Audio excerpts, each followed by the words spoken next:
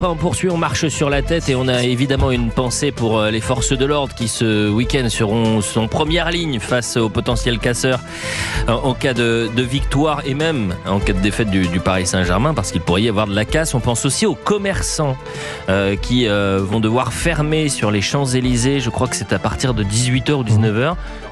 Et alors, Fabien, vous avez des informations, Fabien Lecoeur? J'ai des informations, j'ai reçu de la préfecture de police les informations, parce que moi j'habite dans le 8e arrondissement, évidemment. Donc évidemment. La circulation de tout type de véhicules est interdite le 31 mai 2025 à 12h précises et jusqu'au 1er juin à 23h59. On vient de m'informer, au sein du périmètre délimité par les voies des portions suivantes, 8e, 16e et 17e. Mais attendez, vous avez reçu un texto? Ah oui, de la préfecture de police. C'est quand même incroyable et c'est très bien. Non mais c'est ce qu'on se disait tout à l'heure, Gauthier. Si on est capable d'envoyer des textos aux habitants du 8e arrondissement pour leur dire pas de circulation ou sécurité renforcée, etc. On sait peut-être, parce que c'est un sport national chez les casseurs, on sait qui a pu casser auparavant. Mais je suis sans. On leur envoie un petit on a le témoignage de Reda Bellage qui nous dit c'est toujours les mêmes profils. Vous ne mettez pas un pied dans Paris, Gauthier. Mais bien sûr. Mais si on a su les confiner pendant les JO qui ont duré 15 jours, on peut bien les confiner une soirée. Si on a su le faire 15 jours, pourquoi ne pas le faire une soirée? Et puis, il y a ce qu'on peut faire de manière préventive, et il y a une fois qu'on les chope. Bah oui. Et quand on les chope, ils sont dehors 48 heures plus tard. Le temps, et encore, je suis optimiste.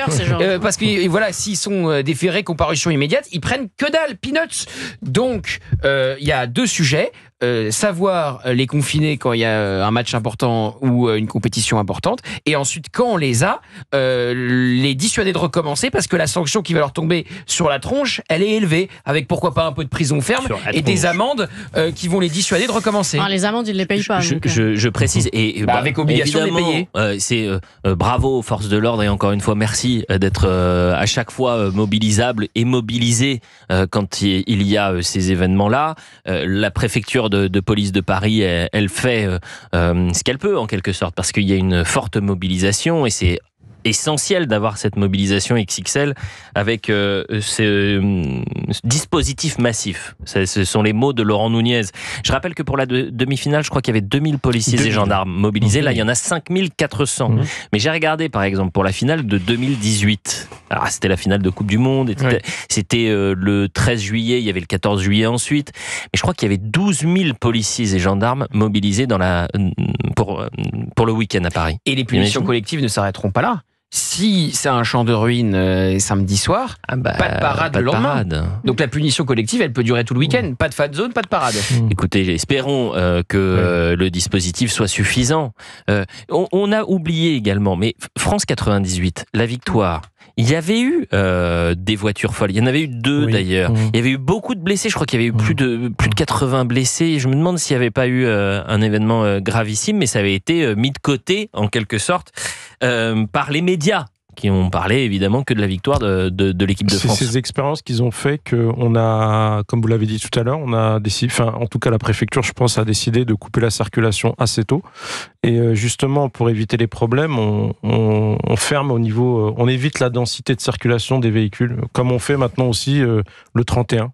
Le 31 décembre, parce que c'était un problème récurrent auquel on devait faire face et ça devenait quasiment ingérable. Il ne faut pas oublier une chose aussi, c'est que je vous remercie d'avoir remercié les policiers et les gendarmes, parce que franchement, c'est un boulot qui est de plus en plus difficile dans une société qui est de plus en plus dure parfois, même si les Français nous soutiennent, parfois de plus en plus difficile pour nous, et cette société est de plus en plus dure avec nous des fois, parce qu'il faut savoir que oui, il va y avoir des collègues qui vont renforcer, mais c'est des collègues aussi qui travaillent la journée, qu'on va décaler le soir, qui vont pas passer un moment avec leur famille.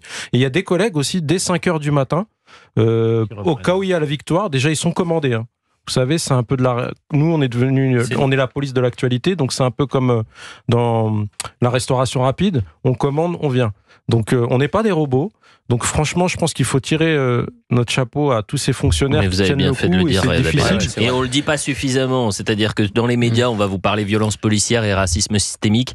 Au lieu de les remercier, on devrait le faire à chaque fois. Vous avez entièrement raison. Excellente formule de Reda Bellage. On est devenu des policiers de l'actualité. C'est-à-dire qu'il y aurait sans doute d'autres endroits à sécuriser où les forces de l'ordre seraient utiles, mais non, il faut que des casseurs mettent une menace sur une soirée qui ne devrait être que festive, et donc les policiers doivent être mobilisés là-dessus. Et ce qui va se passer, et moi c'est une...